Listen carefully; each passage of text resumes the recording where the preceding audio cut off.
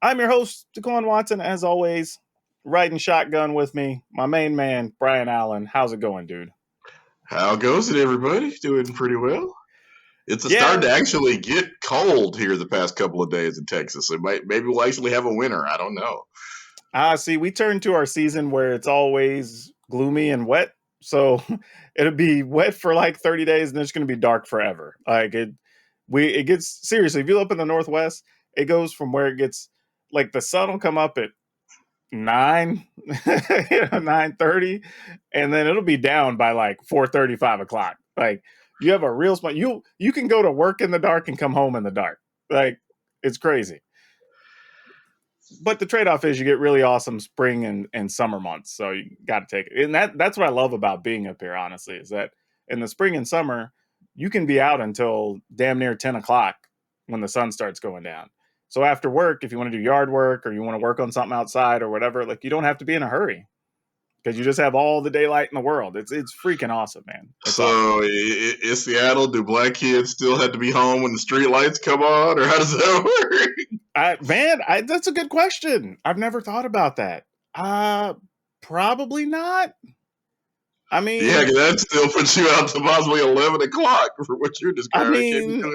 Yeah, I don't know. I've never asked. I mean, I guess you still have to be in, like, if you're in school, you have a bedtime or something, I guess. So I assume that still qualifies. So you still got to be home by like 8:30, 9 o'clock so you can get in bed. But yeah, it's different. It's definitely different. Something you got to get used to for sure. I'm actually going to be looking, believe it or not, of reviewing one of those natural daytime lights. Okay. So I can just like see what that's like. So I'm use it through this winter and see. So if it's any good, I'll recommend something. We'll see. But before we get into the show, we gotta, as always, give some love to our supporters over on Patreon at patreon.com/colormagic. This week we have two new patrons, Daniel Lucio, so thank you, and someone that literally used the screen name, don't use my name on social. So I don't know if that counts to use their don't use my name, but hey, thank you just the same for coming on board and being a pip. It's a Rumpelstiltskin. Let's just call you Rumpelstiltskin. Yeah, exactly. There you go. Rumpelstiltskin. That works. Also, to give our shout out of the week to one of our patrons, I decided to highlight Emma Larkins. For those of you who don't know, she's super friendly. I've gotten to be a co-commentator with her on a charity event a couple years ago. But she's also a board game designer of an award-winning board game, Abandon All Artichokes. It's a great family game, a lot of fun. It's kind of like a reverse pair making game. You're trying to empty your hand, which is kind of funny. But yeah, it's actually really cool, super affordable. So go check that out and support one of our patrons so we can support those that support us. Yeah, it's great. It's great. Also, this week I'm going to be drawing names for our Patreon winners, and we'll be announcing those next week. So if you are a patron, you are eligible for prizes every single month that I will mail out to you, assuming you are receiving prizes and your addresses in your Patreon. I will send it out. So we'll be announcing those next week. So this will be our first month doing that, and then we'll be doing it every month going forward. We also want to give some love to the people over at Cardsphere.com because they're just awesome people. They support the show. They allow Brian to write over there and give him an outlet for his prose, if you will. And it's actually, I mean, really, they do if support. You want to call it that. I don't want to call it that. No, they do support a lot of quality content creators. So if you're supporting them, you're supporting a lot of your favorite people out in the Magic community, which is always good. So go check them out over at cardsphere.com. And then we have to tell you about our new show sponsor, at least for this month, Manscaped. So you can support the show by going and buying some stuff over at Manscaped. They are the men's below the waist grooming champions of the world. You know how that goes. But they're the ones that everybody knows. They're kind of synonymous with it, right? You think about shaving your stuff, you think about Manscaped, right?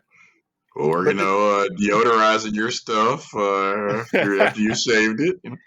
That's true. Which is funny because you always, obviously, when you think about parts of your body that could probably use some deodorant, the armpits are obvious, but I would have never thought about deodorant for my boys till they sent me that. Like, yeah, now okay. Well, I'm glad somebody thought of that. Yeah, they do. They have that. They allow you to take care of all your stuff really well. And They have some deodorant, like you're saying. They've got some stuff to kind of give. They even have a straight razor you can buy that actually, if you need to trim the like little edges a little better and get some better precision, if you will. But I will say this: I want to point out something that we did have somebody message me and say like, they kind of want to support us, but they're not really into shaving bald or whatever. You actually don't have to. They actually have it just like a hair razor that comes with guards on it. So if you have a certain length you like to keep, you can do that too. They are actually like a full service product, I guess, if you will. But yeah, really, really cool folks, really cool products. And again, like I said last week, like I used the nose hair and ear hair trimmer, and that, like, dude, it worked. I mean, I've had no issues. Like, so it's not a product. They're weed whacker. It's not a product that really gets talked about a lot, but definitely check that out. If it's a problem for you, you can hook it up. And as you said, precision, which when you're talking about your boys, you want precision. You're going to be shaving that area. And don't forget, if you go to their website, you can get 20% off and free shipping worldwide. Just use promo code COLOR at manscape.com. That's 20% off and free shipping worldwide using promo code COLOR. You can unlock your confidence with their new Lawnmower 4.0. So check that out. Now, we're going to get into the meat and potatoes of some things because, man, I got one today. I got one. Yeah. This one, man. Okay, this is good because I get to let some stuff out right now because last week I took shots at myself for not being a big enough nerd or whatever, right? But for those of you that don't know, maybe you forgot with all the stuff going on last summer with the George Floyd stuff and the riots and all that mess and the protests. One Kyle Rittenhouse decided he was going to unload a couple of bullets on some people. They eventually found him. He's been in custody and out of custody, but apparently more in custody, and is now on trial right now. His lawyer's defense. And man, he stood with a straight face and said to a judge and jury, he feared for his life because that they actually can't call them victims, by the way, during this trial. I saw that. That's also a thing. But one of the people who he shot, he feared that he was going to possibly be able to decapitate him because he had a skateboard. And if you were to come down with the skateboard on the right angle of the neck, you would be able to sever a head. What the hell? I've watched as many Friday the 13th movies as you have, I'm sure. And even Jason ain't ever taken his head off with a skateboard.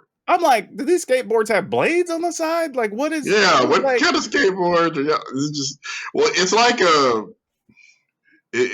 a Rodney King trial thing where your client is guilty as hell.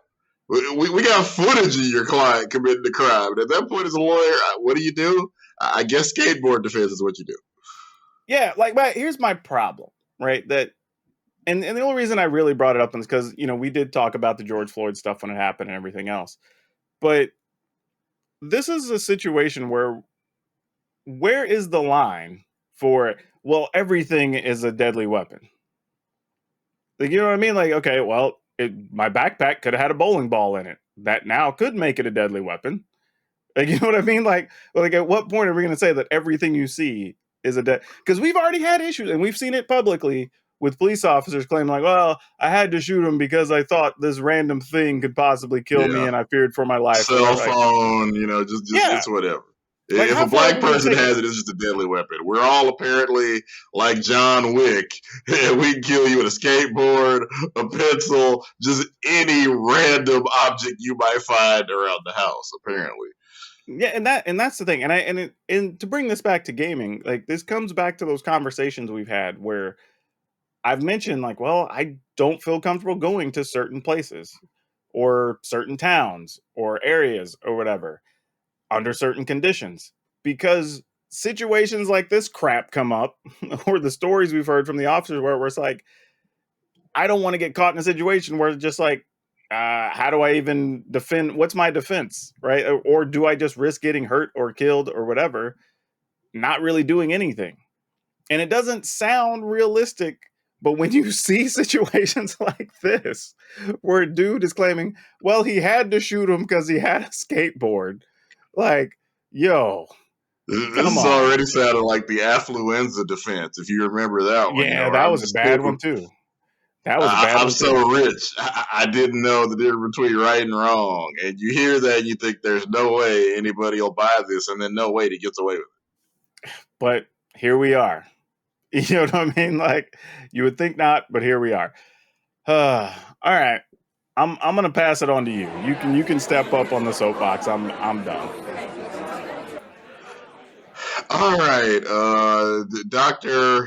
Anthony Fauci of COVID-19 pandemic fame has basically said it looks like in the U.S. it's never completely going away because we've hit the wall kind of with vaccinations where almost everybody that wants to get vaccinated has gotten vaccinated. The people that don't want to wear masks aren't going to wear masks. There's just, I guess, that core group of the population that doesn't believe it's a real thing or doesn't believe it's a serious. That's where we are, where we apparently can no longer completely eliminate pandemics in this country because we can't get people to act right. This is sad. Yeah. I just shudder to think, like, let's say if we were here when the polio vaccine came out, and you remember reading the history and just thinking about how happy everybody was that there's a vaccine that could get rid of polio. And people, for the most part, seem like, for everything I've read and heard, nobody, really, well, I'd say nobody, but obviously enough people took it to where polio is an extremely rare occurrence now in the United States. Yeah, the toughest part is it just got politicized so early. That's really the worst part about it. I think we could have really been past this already, and it sucks. I mean, we're kind of at the point of no return on it. I've told you before, going back to events, I'm probably going to be a mask person for the at least foreseeable future. And now if there's small gatherings like at a friend's place and I know most of the people or whatever, and it's, I don't know, 12 to 15 folks, I'm probably not going to be that worried about it.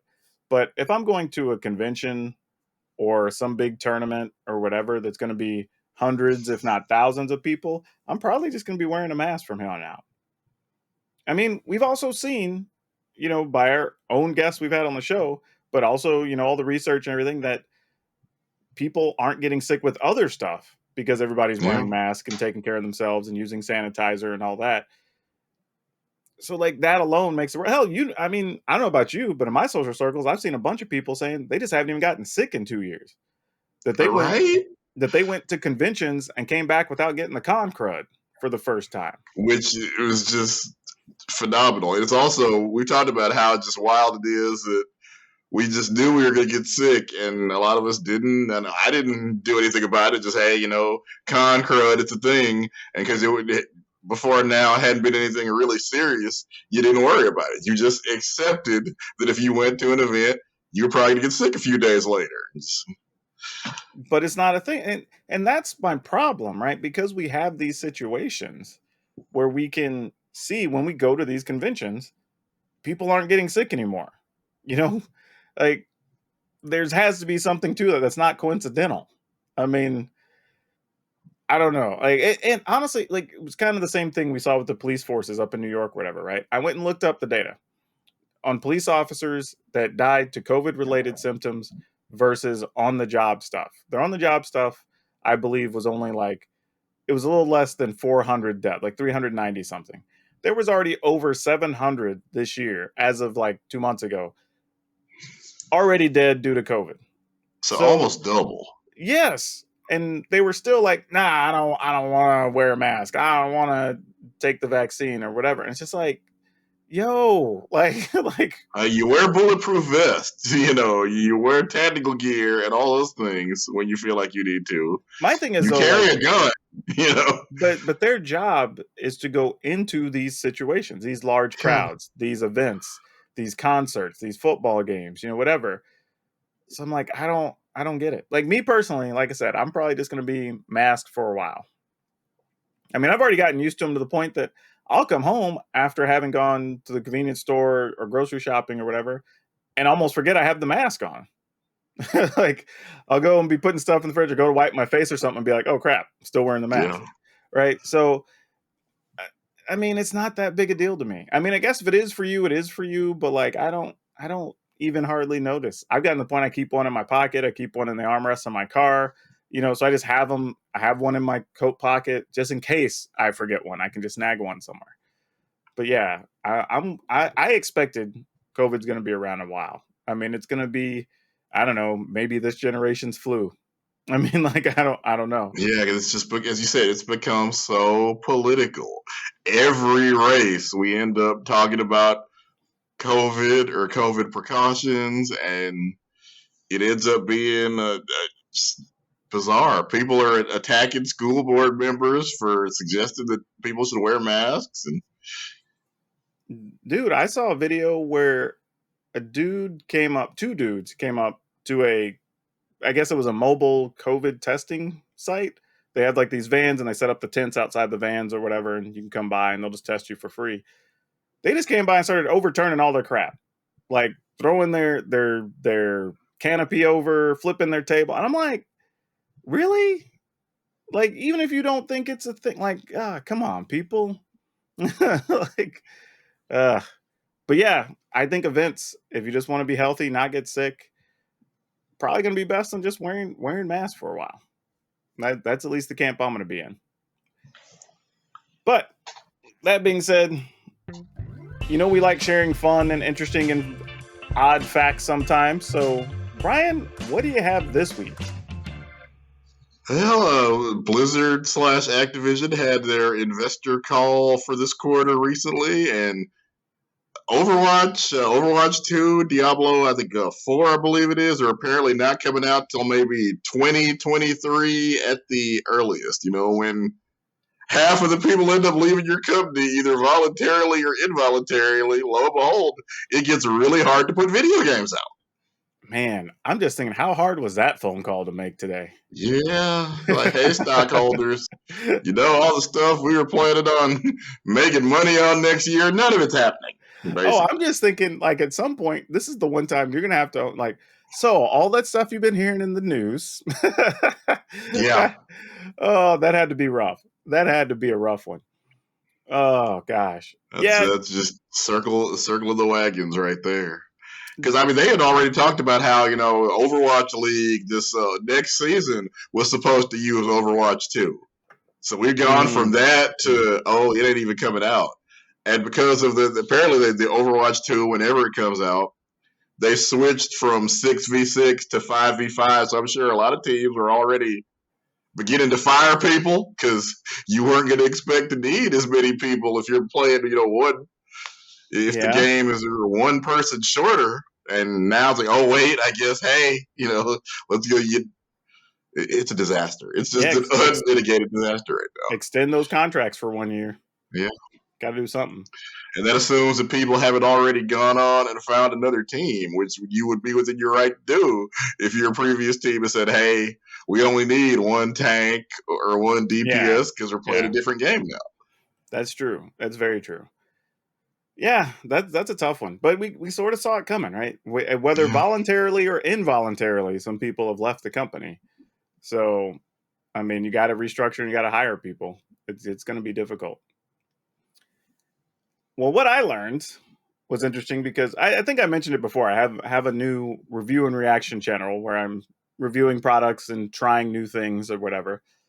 And I had people from around my communities recommend some food and snacks, so I'm putting things up over there. But today's video was regional drinks.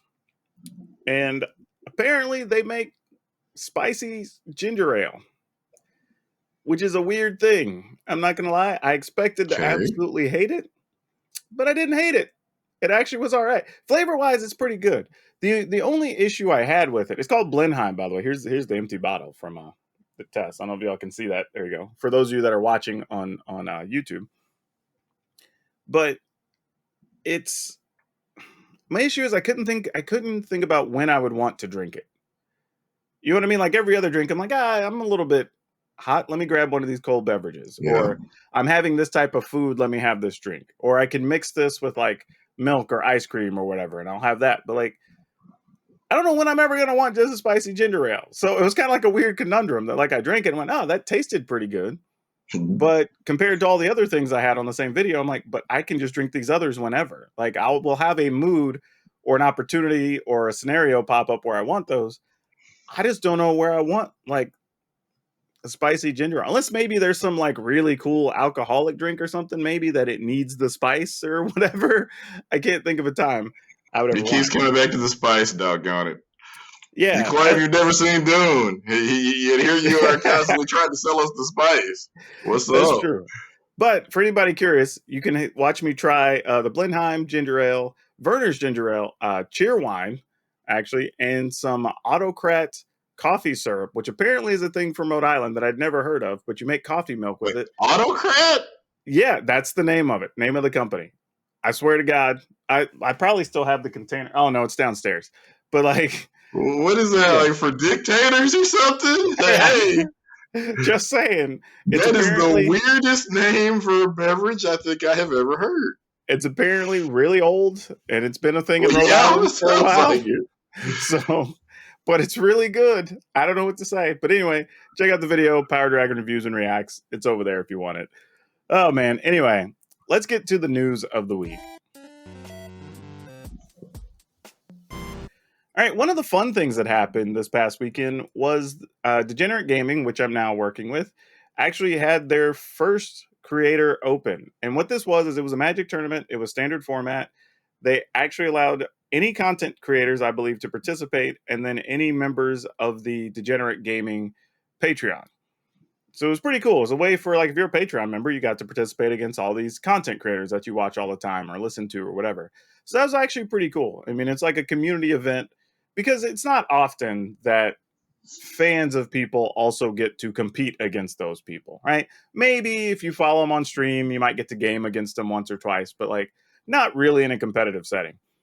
So this was actually kind of cool to see. It had a pretty reasonable turnout for the first one. Let me go look at the total participants. I believe it was like 49 was the count, I think. So that was pretty cool. And the other interesting thing is it wasn't like it was full of just the same decks, right? That you would expect to see. People brought a lot of different stuff and were really having fun with it, I guess. So you got a lot of unique decks. I think the top 8, I don't even know if they had a duplicate deck in the final 8, which is pretty cool. So it's not something, yeah, especially late in the standard season. That's not something you're saying. Let's see. They had Jund Treasures, Mono Black Midrange, Dimir Control, Orzhov Clerics, Izzet Dragons, Jund Midrange. And no, there was, oh yeah, and a Mono Green aggro and Mono Black aggro. So yeah, it was actually 8 different decks. So yeah, that's pretty cool. And then actually just outside the 8, you had 2 Mono White aggro decks and then an Izzet Epiphany deck. So a good spread. It was a good representation of all the things that have been available this season. And they're looking forward to doing some more events like that. But what I wanted to ask you, Brian, though, is like, how do you view these types of events? Because we don't have that many of them. It's always either like just kind of a general open event or, a super competitive, got to qualify for sort of thing event. Yeah, it seems like a cool thing. As you said, if you've watched these people on stream, get a chance to just play against them. So even if even if it's not the most ultra competitive thing, it just be kind of a fun thing. Yeah, I think that's what stood out to me the most for the event is that even though there was some like I want to take down my favorite content creator sort of thing, because there's always like the bounty on your imaginary bounty on your head. Like everybody seemed to be having a good time with it. The people in chat, the players, even after they lost, were coming and participating and cheering the other people on. It had very much a community feel to it, which I thought was pretty awesome. Because I think too often we can kind of get caught up in like one that winning means you're better, when you just won on that one time on that day. You had the right matchup sometimes too. Yeah, absolutely. Sometimes just the decks don't line up well. But I think we also get caught up in like you have to be constantly in the zone on your A game, whatever. And it's just like, no, this wasn't a huge event. Like, it had some prizes, don't get me wrong, but it wasn't like high dollar prizes. You know, it was some store credit and, you know, with the website and, you know, some other small things. But I think we have to get away from like, I think we just have to understand the stakes in events. You know what I mean? Like, if you run into, like, and don't get me wrong, like, I'll win some, I'll lose some on ladder or whatever, right? But if you run into me on ladder and you lose to me, it doesn't mean I'm that much better than you. And the same way that if you beat me, it doesn't mean you're that much better than me. It just meant on that day, I won that match. And that's it. Like, it doesn't literally means nothing else in the grand scheme of things. And when you're playing an event for, I don't know, an under $10 entry fee, hell, some of them under $5 entry fee if they're not free, and the top prize is like $50 store credit somewhere. Like, you don't have to be on pins and needles. You don't have to be high stress. Like, just enjoy the event for enjoying it. You're not playing for any. Now, it's different if you're playing one of these big Wizards events or the World Championships, or and you got $50,000 on the line, and you're okay, cool. Well, yeah, Yeah, pressure makes understand the sense. sweat. Absolutely understand it at that point. Yeah, for some people, that's a good year's salary, depending where you live in the Right. country. You know, like that match could be $50,000 anti match effectively. You know, Not to mention, if you're, a content creator, that's the kind of thing, like, you have that good run, during a tournament that's being broadcast. That could be that's maybe monetization for your YouTube channel or partner for your Twitch stream or whatever. yeah, that's a good point. I mean, a lot of people make it on streaming or content creation by just having one or two big results. Like, you get known as the person for playing a certain deck type or a certain character in an FPS or whatever, and then you're just the person. You know, so those situations make sense. But, you know, like this event where you're talking about whatever, 40 people or whatever, 50 people, you know, it's a bunch of casual folks hanging out with their favorite content creators. Like, I'm glad it didn't get high stress and chippy or whatever. Like, it would have been pretty disappointing. Like, Yeah. I want to encourage more people to do these types of events because they were fun. The viewership was actually reasonable. I think they topped out at like 600 or 700 people. So, like, solid viewership for a thing that didn't get heavily promoted because they didn't know, you know, if they were going to have a bunch of hiccups the first time, trying a bunch of new stuff or whatever. And so it was mostly just like local community got invited and knew what was happening or whatever for the most part. But it went over well. So yeah, I'm hoping to see more. They were already doing some polls and stuff for future formats, but yeah, I really do hope we get to see more of these types of events because I think they could be very cool.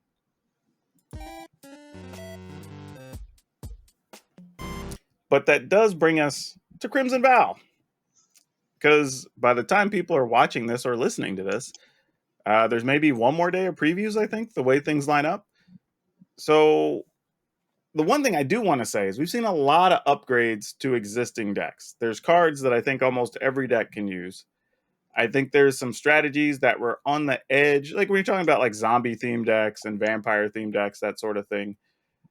Those are going to get an upgrade, obviously, from some of the cards in the set. But also, I think there's some stuff where it's like people wanted more like mono red aggro to be more just traditional mono red aggro instead of goblins or whatever, right? So, but now there's Are like goblins not considered traditional? Because had they pretty much been there since the beginning of Mono Red? well, yeah, in theory, but like, you know, players who started playing in the last couple of years don't necessarily see it that way because they don't have that history. But I mean, there's an option and an opportunity where that might be a thing now, you know. So it's kind of cool seeing all these. And I have to say, so far, I don't know about you, Brian, but like, it feels to me like this is actually a set full of options, which is pretty cool, and some of them very powerful. Definitely. There seems like, well, as you mentioned, we just had a tournament, where there didn't seem to be any just dominant deck. Everything was represented, and this set looks like we may hopefully continue that trend. Yeah, I think for me, the only thing I've been looking at is just like, did we give more tools to the non-Izzet decks? I think that's the biggest thing. Or actually, not just non-Izzet, but also non-mono green aggro decks, right? Because I think those two, when you get to the competitive level, were the most represented decks.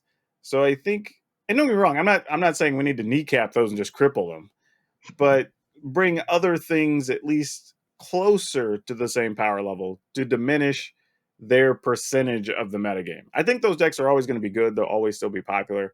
They each got one or two small tools. So, I mean, but where they go maybe now making up 30% of the meta, you know, in a big tournament, maybe now they drop down to being closer to 20%, right? And that becomes much more palatable, I think, for people when you're playing an event. And if you play 5 rounds, you don't play 4 matches of either Is It Something or Mono Green, right? Now maybe you play against 2 of them. And like, okay, that feels a lot better, right? You don't feel so bad about that. But I'm only saying that because it does look like, you know, zombies, like we said, get an upgrade. Vampires, maybe in a couple of different builds, are going to be a thing. Various Rakdos aggro decks could work. Mono black aggro is probably a thing.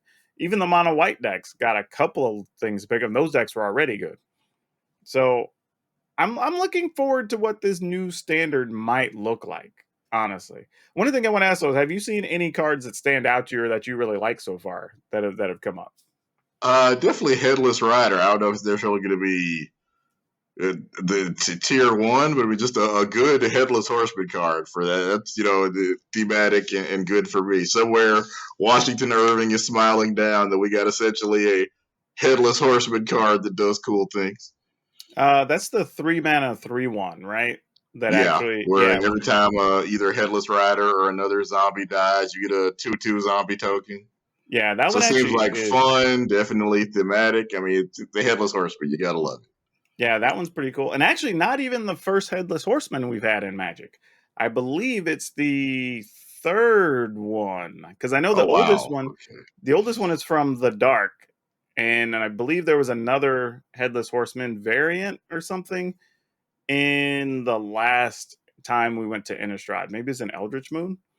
I don't remember one of Okay. those, but yeah. So it's a trope they definitely bring up enough, and I think they may have actually finally got one that people want to play. All right. So About time. they might have finally got it right. So we probably won't see any more after this one if we go back to Innistrad in, I don't know, another 6 years or 7 years or Yeah, whatever. I'm sure at some point we got to. It's a fun Halloween time kind of set. Yeah. Well, now one of the ones that has really gotten some attention, I forgot the name of it, like Bloodline Purveyor, I think, but it's a 5/6 flying trampling vampire for 4 mana for 2 black black. And if your opponent casts a spell, they get a blood token. When it attacks, your creature gets bigger for the number of blood tokens your opponent controls. This is one that I think is going to show up in a lot of builds. Um, Partly because even if you're just playing an aggro deck that has black, this is a really big body for 4 mana. Yeah. I And it mean, flies. I yeah, mean, that's exactly it, right? Because it's also hard to block because most of the other flyers aren't that big. And at 5/6, it can basically stonewall all but one of the dragons that are being yep. played right now. And the one is Inferno of the Star Mounts, right? All the other dragons are 4 or 5 power, and that's it. So this is a pretty strong card. Now, the downside does become a bigger downside if you're playing against other vampire decks, because we know all the vampire stuff gets to take advantage of the blood tokens and whatever. But outside of that, it might not be too bad. I don't know. It'd be interesting to see. But this is definitely one that's getting a lot of hype across the internet. I think when people saw it, It seems good. yeah, I can't imagine a scenario where this is just bad. Like even just top decking that is pretty big. Now, the downside is if your opponent goes to remove it, they'll remove your creature and they get a blood token, which is a little bit of a disadvantage for you. So I mean, it may come down to how big is that advantage or that disadvantage, I guess. The advantage for your opponent. Because I don't think a lot of people have really processed blood tokens totally. I think you have a lot of people saying, "No, I don't really get. I have to discard something to get a card." But like, there's a lot of stuff that wants things in the graveyard. Yeah. There's flashback stuff. We've seen a lot of the disturb stuff coming out in this set for the spirits decks, right? There's the option of just late game. Maybe you draw a land. You can discard your Exactly. land to draw another card, right? So lots of things you can do with those blood tokens. So it could end up being a draw. I'm not saying that it is, but it very well could end up being a drawback. But it's definitely an exciting card if nothing else, because it adds some interesting decisions. And I think I'm almost always in favor of that. Like if a card is strong, but it adds interesting decisions for both sides of the battlefield, I'm kind of into it usually. But yeah, I don't know. Crimson Vow looks to be like a good set. This might go down, and I was talking about this on my stream the other day. I feel like this could go down as being one of the sets that is one of the more popular sets in Magic history. I don't know if it'll be the most valuable set, but I think it's going to be one of those sets that you keep coming back to because people are like, oh yeah, I want to play this in my zombie deck, or oh, I want to play this in my spirit deck, or I want to play this in my vampire deck, right? Especially because of Commander. Like if you have a thematic commander right now that's a zombie, a spirit, a human, a vampire. Hell, there's even some wizards. Yeah, werewolves. I mean, there's going to be a lot to pick from in this set that's going to be really fun for commander. And there's some cool, just interesting cards that fit some commander decks. So there's going to be a lot of cool stuff here that I think for years to come, I could see these being cards that a lot of them you're going to be able to pick up for 50 cents to $1, $2 right now. And I would not be surprised in 3-4 years time, 5 years time, some of those same cards are $5, $6, $10 because people are just going to keep playing Magic and they're going to need these cards. So yeah, has a lot of potential, and that's always a good thing. Now, while we're also talking about previews, we got to put out a PSA real quick. Like, I got to keep it. I don't got it, but I'm going to keep this at least PG-13. So I'm going to rein myself in here. But why do some of y'all just feel the need to just be constant party poopers? Right? Like if somebody likes a thing or likes a new card or it goes into their commander deck or I don't know, they like the art or the flavor text or whatever it is, let them enjoy a thing. Hell, that doesn't even just apply to Magic. If they like a certain character in a fighter game that you think is the worst character in the game, who gives a damn? Let them play it. They enjoy having fun with it. Let them do it. Right? If they like a certain weapon in a game and you think that's the worst weapon in the FPS you play, if they're learning it and they get good with it, good, just let them do it. Who cares? Not everybody. Like, okay, first off, some of y'all that are running your mouths, it's not like you got credentials anyway. Like they say, just calling it like I see it. Like, you know as well as I do, some of the ones that talk the loudest have the fewest credentials. So let the people enjoy what they want to enjoy, man.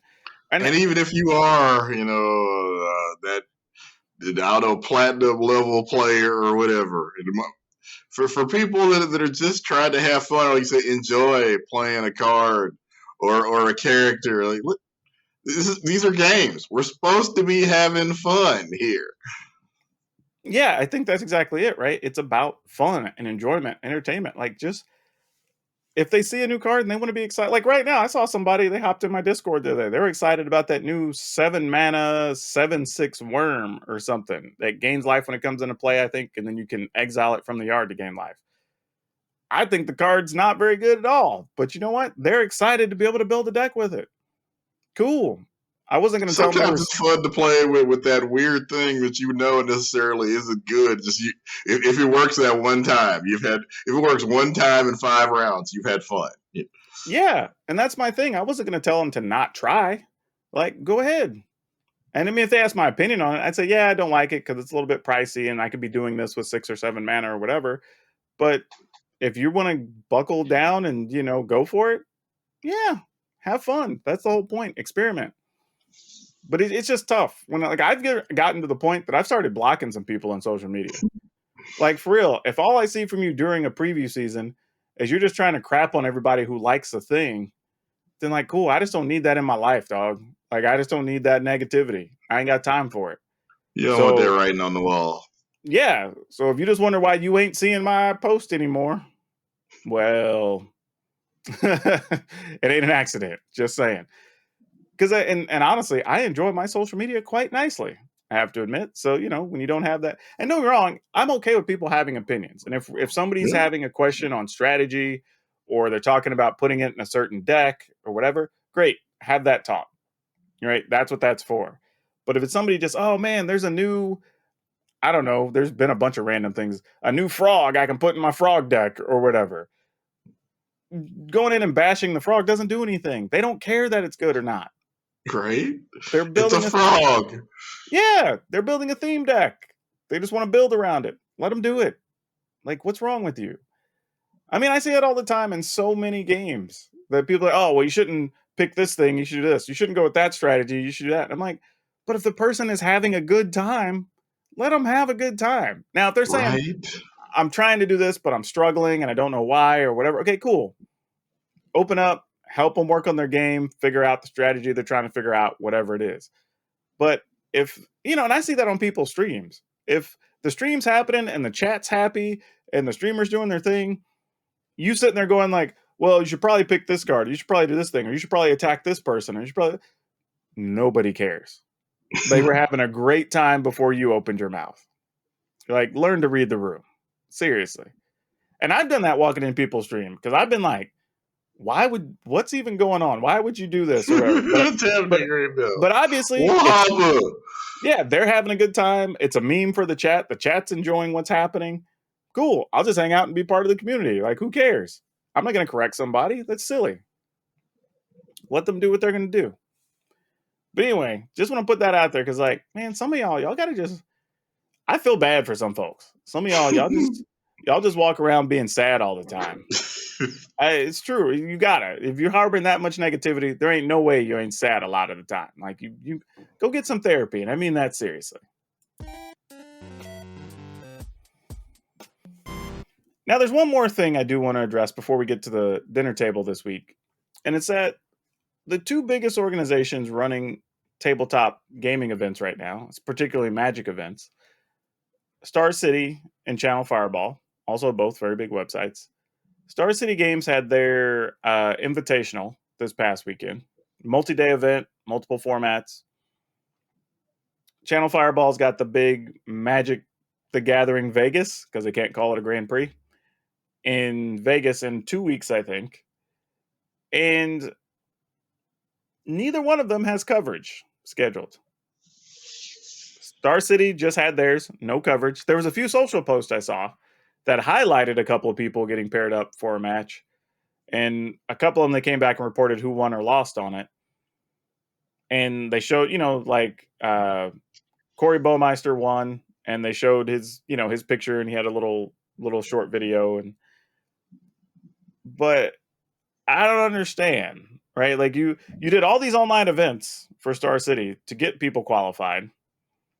And then this is your first big in-person event in a year and a half, but you don't have coverage. And for them, I really don't understand, because it was in their backyard, effectively. Is that their space? You have your people. Now, admittedly, there may be better commentators you could fly out there or whatever, right? But they have qualified people in-house. They have people that get on camera every week and do stuff on their YouTube channel and whatever, and on their website.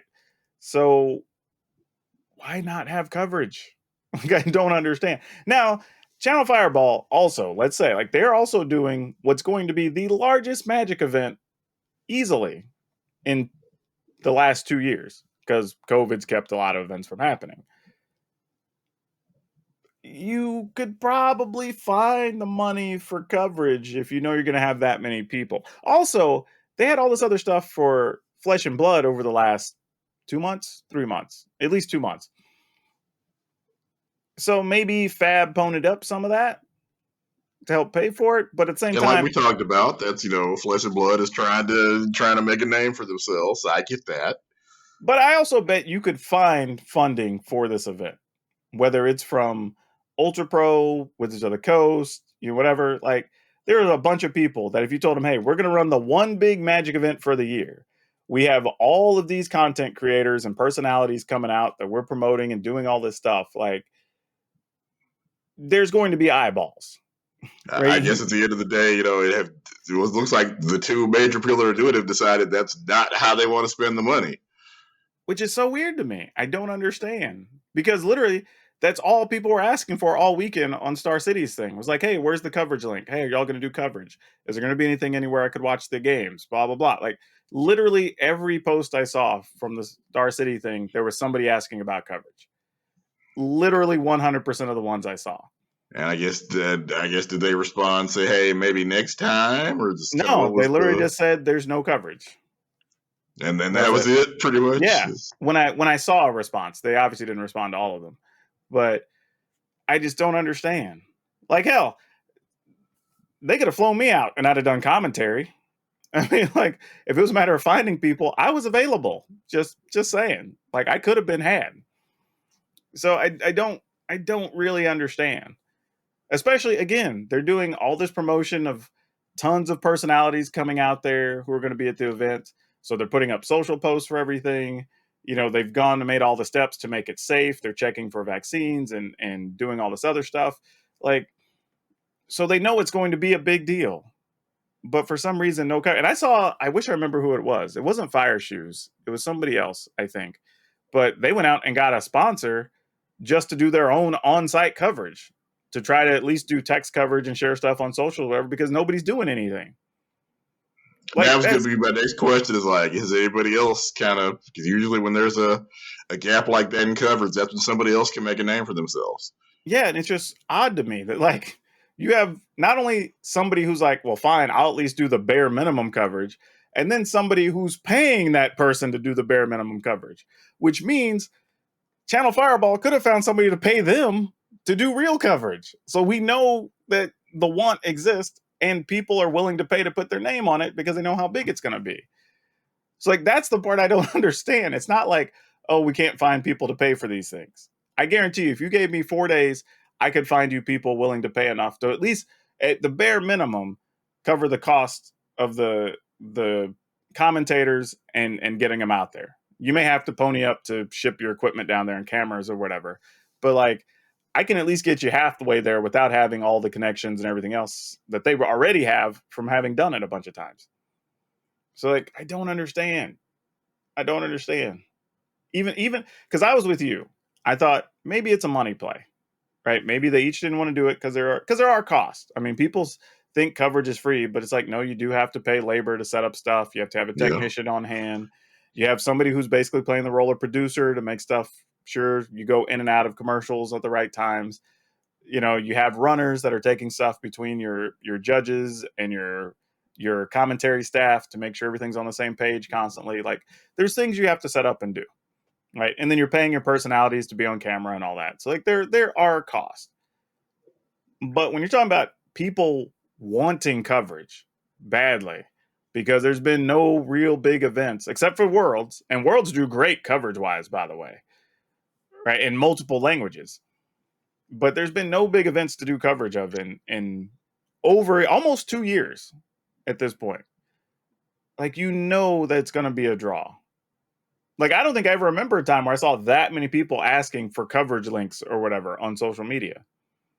Like so I just don't get it. Because like I said, I mean, I know I could go talk to Ultra Pro right now. They would pony up to have their name on something, knowing it's going to be the biggest Magic thing, show off some new products, whatever. I'm sure Wizards would do it. You know, and maybe they won't foot the whole bill, but they'll probably like, yeah, we'll pay you $1,000 or $2,000 and get this many commercials during the weekend or this many mentions or whatever. Cool, you could probably make that happen. But like, hell, I don't know, KMC probably would. I mean, there's probably a bunch of different brands or companies that would do it. So it's such a weird thing. I don't really, and this is coming off of the Flesh and Blood tournaments that I would assume are going to end up with a fraction of what the potential views would be on a big Magic event at this point. Especially since the Magic event also has all these content creators promoting it because they're going to be there, right? So you can get all their communities. So I don't know, man. I don't know. It's a weird feeling to have such big events happening and just have zero coverage. Like even at this part of the year, to be right before Thanksgiving where nothing's going on. Yeah. and there's no coverage. Right? That's the part that's just so awkward to me. But I don't like I know I would watch. I don't know about you, but I'd be curious. I'd be curious from a spectacle, just like what's the tournament like and how do people feel and trying to like get the vibe for people that hadn't even been to an event in 2 years. Yeah, Like, because it has been basically forever. yeah, that to me would be a big enough spectacle even beyond the gameplay. But I don't know. There's still a couple weeks. Maybe they toss something together. Maybe they change their mind. But and this isn't for me to just bash them. This is just me saying like I just don't understand. Like, and if somebody from Channel Fireball is listening, like, yes, if you need somebody, let me know. I will fly down and do commentary. Like, but I'm sure you can make that happen over the next 2 to 3 weeks that we have this planning. But that brings us to our dinner table conversation. And there's an incident going around with the Kickstarter product right now that leads to another conversation. But this in particular, there's a gentleman that goes by the name of Brandon Dixon. And his name started making the rounds recently because he had a product or project, I should say, on Kickstarter. It's obviously not a product yet, which is part of the problem, called Swordfall or Swords Fall. There's an S in there in the middle. But it was an RPG setting, and it was also going to have an art book with it. And the idea was this project was going to be basically Black created, Black written, illustrated by Black artists, the whole 9 yards, right? To create that level of diversity in the tabletop gaming community. And people were like, hey, I support this. This is a good idea.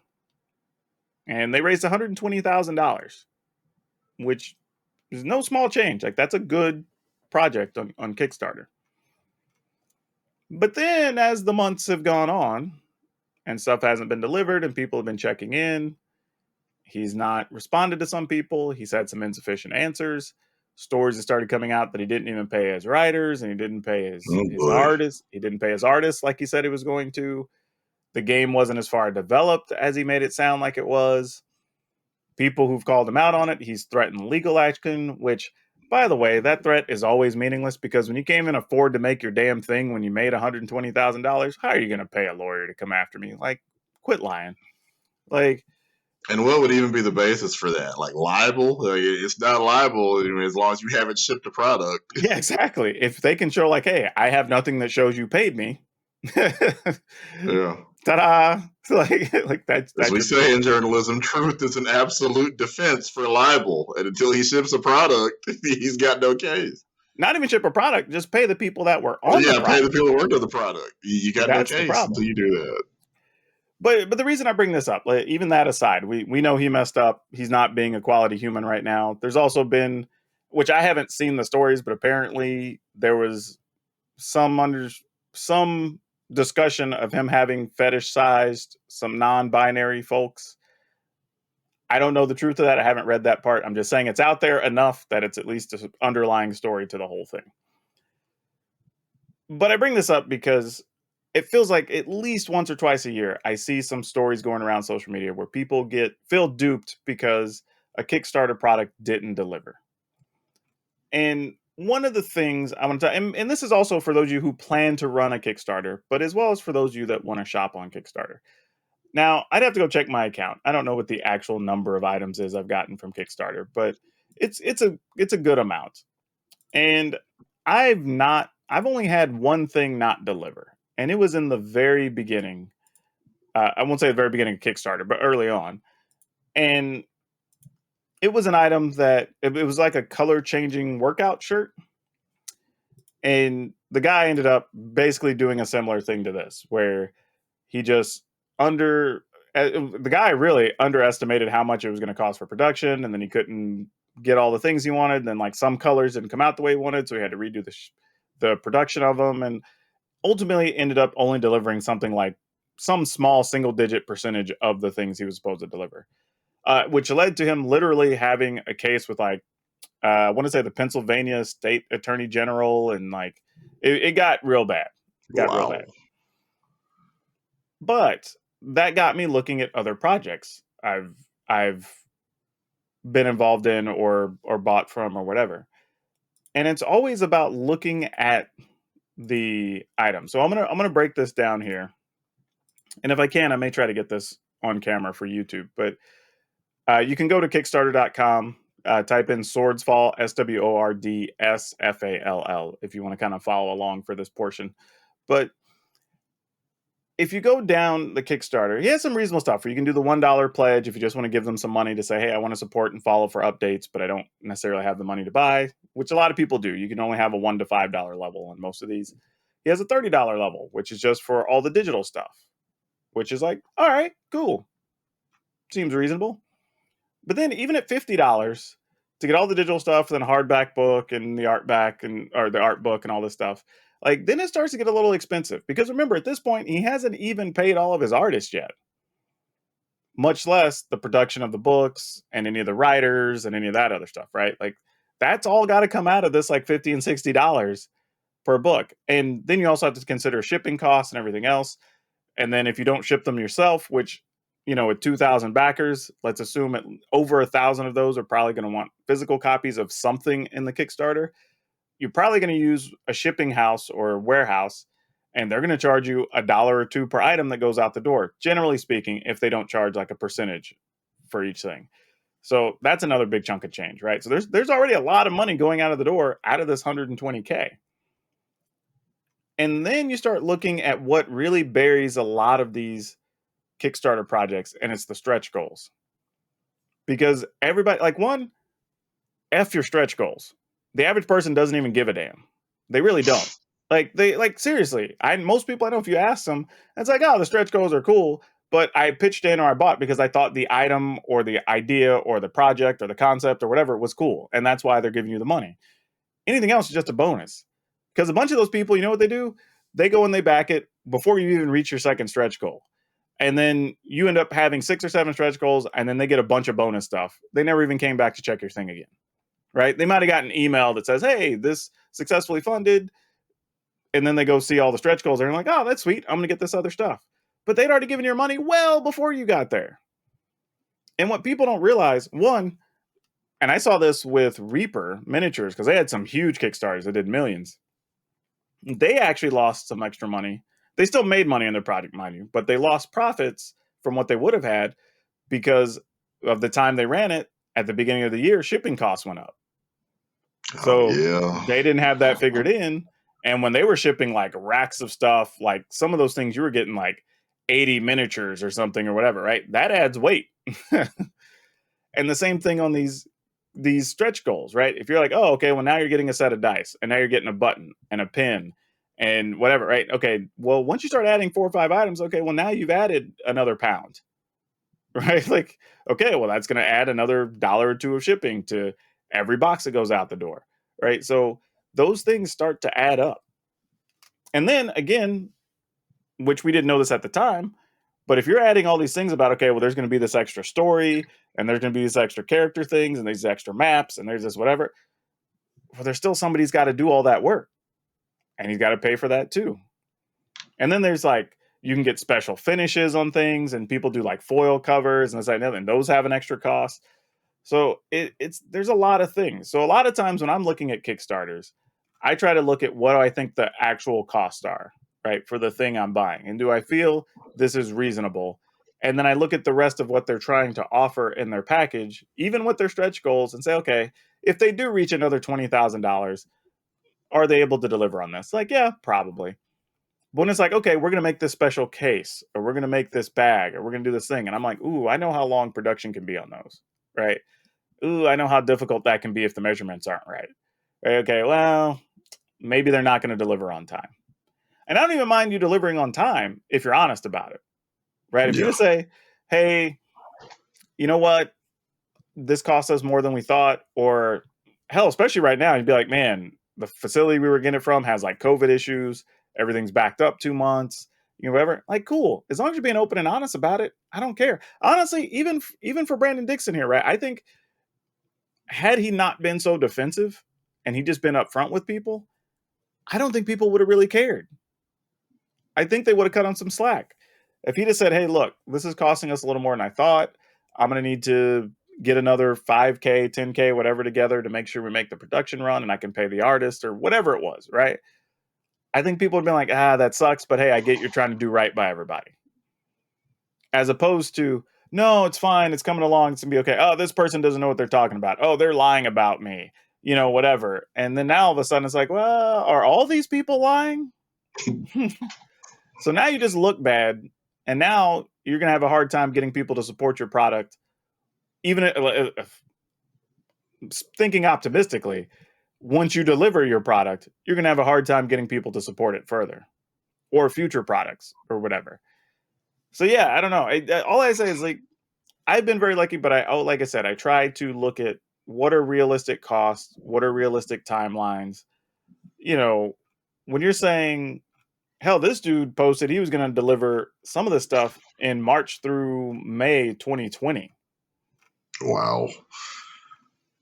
With all that we know was going on in the world, and Yeah. COVID happening and everything else, like, your first thing should have been like, hey, once you got to February or got to January, going like, hey, look, things aren't looking good, y'all. Like, like we're probably not going to be able to deliver on this or whatever, and just start letting people know. But yeah, Kickstarter, man, it's a tough world because ultimately you're helping fund an idea. And at the end of the day, there are going to be some number of them that where the person does do everything to try to produce the thing and get out the door, and they just might run out of dollars. And at least if they're upfront about that, and even if I gave you $20 and I don't get my thing, I'd be disappointed, but like, hey, I get it. Right? Especially right now, again, during COVID, cost of products has gone up. Yeah.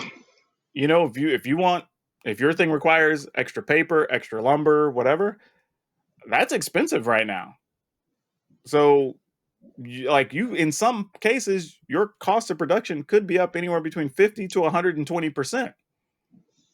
Like, if you came back and be like, guys, I just ran out of money because COVID happened. Like, all right, cool. You don't have to get defensive and call people liars or whatever. So yeah, I don't know. I'm just saying, I'm not saying avoid Kickstarter. Just be very aware of what it is you're buying and what the expectations are. Try to see if the things that people are posting are realistic. If they post something today on Kickstarter and they say they're going to try to deliver in February or March, well, you look and go, hey, is this a thing that can realistically be produced that fast? Especially if they tell you they're producing overseas or anything else. Because then you're like, well, now stuff's got to come by plane or boat and whatever. And like, if they're like, hey, we're producing this in a factory in the same town we're in or whatever, okay, cool. Then maybe they probably can do it. Right? You're walking next door effectively to go talk to somebody about production and oversee it. It probably will get done. But you just got to understand that or ask those questions, and just know what you're doing, because I think it's great to be able to support new projects, new ideas. There's several items that now exist that got started on Kickstarter, and that's awesome. So I appreciate what they're doing. I just want everybody to be, I don't know what's the best. We're just smart about how you're buying through Kickstarter. Yeah. Because remember, caveat emptor, I believe is the term. Yeah, because it's not a store. You're not buying an item that's guaranteed with refund potential and all this, right? You're helping fund an idea to a product or item, right? That's the biggest thing. You have to remember that. So you want to increase your odds that you actually get that item that you're helping fund or that idea you're trying to bring to life. Whew. All right. I think that's it for this week, Brian. Why don't you tell everybody how to find you on social media? Right. I am DL Caesar on YouTube, Twitter, Instagram, and our family channel on YouTube is Alan's Ever After. And you can find me just about everywhere at PowrDragn, PowrDragn. And you can watch me put myself through the paces with new items that I may like or dislike over at PowrDragn Reviews and Reacts if you want to check that out. But as always, wherever you're watching, whenever you're listening, I get this weird when we're in both places. I have to say watching and or listening. Yep. Good morning, good afternoon, good evening, and good night. Please take care of yourself with COVID and all the crap that's out there. Get your flu shots because it's that time of year again. And remember to be awesome and be awesome to each other.